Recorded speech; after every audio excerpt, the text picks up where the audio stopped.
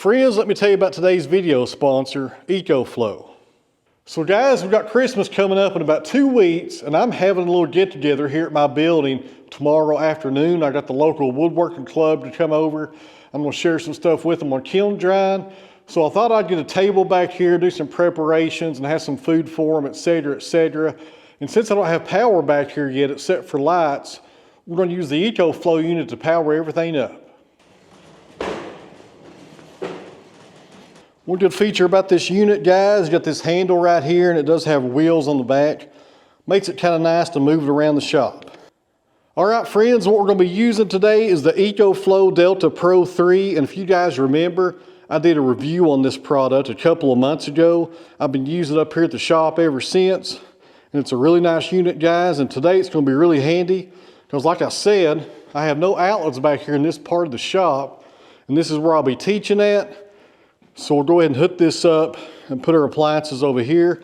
And more importantly, we're going to test out these lights first, and hopefully they still work. All right, guys, got it powered up. We're at 23%. I'll probably charge this up later. The event's not until tomorrow evening. Let's go ahead and plug these lights in, and hopefully they still work. Yep, they work. Good deal. I wasn't sure if they would come on or not. All right, guys, so we're going to have some chili, so let's put our crock pot out here. So grab our hot plate so we can have some coffee going. You got to have coffee going, especially for a bunch of woodworkers. Now, guys, here at the farm, I own a lot of power stations, and if I could just have one, it would be this one right here, the EcoFlow Delta Pro 3. And it pretty much does everything, guys. You got plenty of outlets right here on the front. You also have your USBs right here. We're going to use those here in just a second. You got your input and output watch right there. Right now we're sitting at 23%. This woodworking club has about 30 members, which is going to be pretty tight in here actually. I don't have enough chairs, to be honest with you. Some of these guys will be standing, I guess. But it never fails, out of those 30 guys that will be here tomorrow, one of them will ask me for somewhere to charge up their cell phone. Let's take care of that now. Let's go back here and grab my phone charger. And as you can see, guys, I'm charging batteries right now. And guess what I'm using? Another unit made by EcoFlow. I love these things, guys. They just work. Let's grab this cord right here. Cords for Apples. So if they have anything other than an iPhone, I probably won't be able to help them now, but I'll do the best I can. And speaking of cell phones, mine's about dead. Might as well go ahead right now and plug it up. Now guys, if you're going to buy one of these power units, and it's a really good idea, if nobody's going to buy one for you, buy one for yourself, because you'll always need something like this and you'll never regret having it. But if you do buy one of these, go ahead and buy the solar panels. As you guys can see on the video here, this is how I like to charge up these power units, and I am charging up this actual unit right here a few days ago when the weather was better.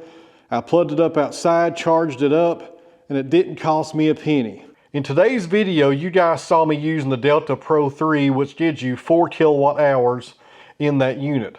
EcoFlow also has units from 0.03 kilowatt hours all the way up to 12 kilowatt hours, which gives you a whole home solution. And also, guys, there's a tax credit as well being offered right now. If you live in the US, with qualified products, you can get up to 30% off a residential solar tax credit, possibly ending this December, so act now. So once again, guys, I want to thank EcoFlow for sponsoring today's video. I really appreciate it. And also want to thank them for making the nicest power units on the market. These are the best in my opinion. I've been using them here at the farm for years, and as you guys can see with me charging my batteries for my tools back there, I use them every day. So if you're interested in one of these units, go take a look. There's a link down in the video description. There's also a link in the top comment. Go check it out. And once again, thanks to EcoFlow for sponsoring today's video. Now let's get back to the sawmill. It's Thursday. I'm going to try to do a quick video here today on this log. Need to make sure it's long enough.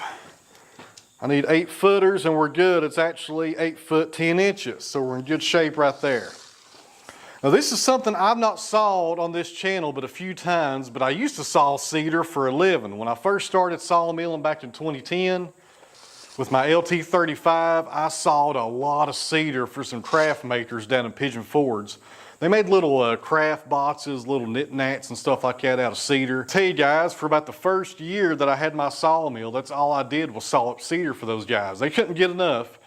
But unfortunately, both of them retired. They're no longer making little boxes and stuff down there, so I kind of got out of the cedar business after that. But I did buy a truckload of cedar just a few months ago. I think I'm going to do a small timber frame with that cedar.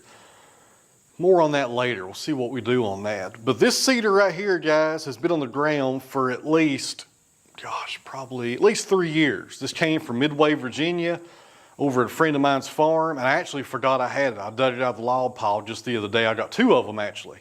And we're going to be sawing these into 1-inch boards, probably as wide as I could get them. And there's a lot of variations here in this bark. With cedar, it's hard to get a perfectly straight cedar log in this area. You guys up in Canada and out west, you got that western red cedar that just grows perfectly straight. You guys have some good stuff.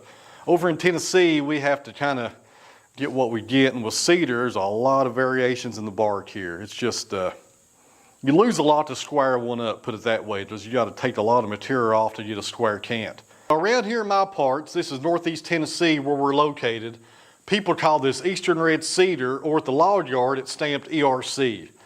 Now, a lot of people will complain down in the comments saying you're calling it wrong, it's juniper. Well, if you look in the actual biology book on forestry, I'm pretty sure this is called juniper as far as the species name. But here in the South, it's always been called eastern red cedar, and that's what it's always going to be called. Nobody around here is going to call this juniper, in my opinion. And even if a forester was cruising some timber or a log buyer, even if he knew based on his education this is juniper, he would write it down as eastern red cedar because that's what they call it in this area. And that's just the gist of it, guys. Wherever you're at, if that's what they call that tree, that's what you're probably going to call it. But I hope that clears up the comment section before it blows up. Every time I do cedar, people get on there and say it's juniper. Well, it is juniper, but we call it cedar. Same difference, and it really doesn't matter because everybody knows what it is. So, should be a good log, guys. This is the second cut out of a tree. We had to avoid the first cut because it was in a fence line, so hopefully there's no barbed wire in this or no metal. And like I said, we're doing 1-inch boards on it. And cedar saws pretty good usually, but we will probably have some voids in the very middle. It's a pretty good diameter log. Down here on the operator's side, 19 inches. That's not bad. And down here, you guys can't see, we're looking at about 21 inches down here, but there is a void right there in the middle. That's one thing about red cedar. Once it starts getting any kind of size to it, you always get a void right there in the pit.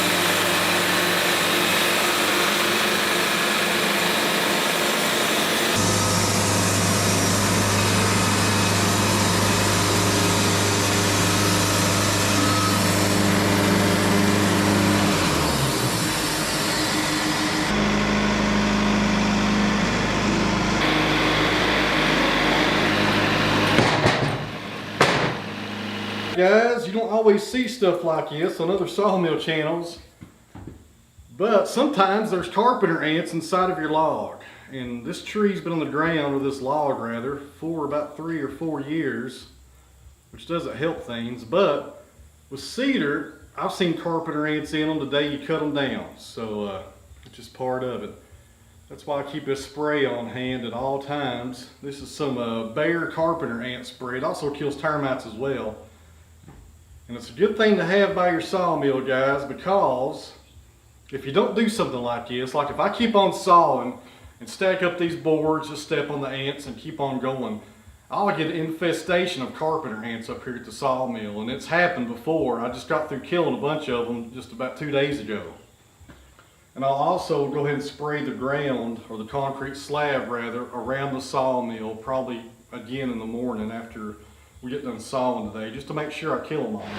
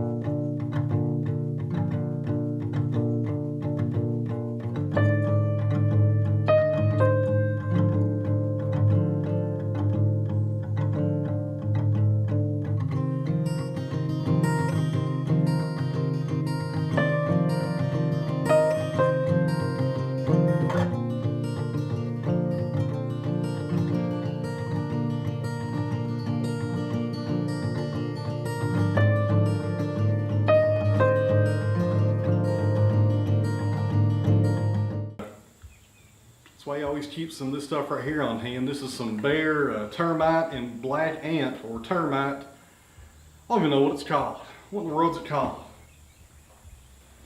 I go on this channel a whole lot.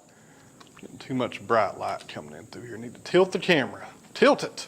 And it doesn't really matter what it is as long as people knows what they're talking about, you know. So I'm not even sure if that even made sense. That makes no sense. My goodness. Thursday. It's Thursday. Be right back. But if he was around here scaling it, he would call it a western. It's a western cedar now. It's not eastern anymore. My goodness. Come on. Right there in the pith. It never fails. I hope that's coming through on camera, my viewfinder. It's not even coming up. I mean, it's down. My goodness. I need a cameraman. Call it. So I hope it clears up the people in the comments jumping on there saying this is juniper. But it's Jupiter. This is Jupiter right here. My goodness, Jupiter.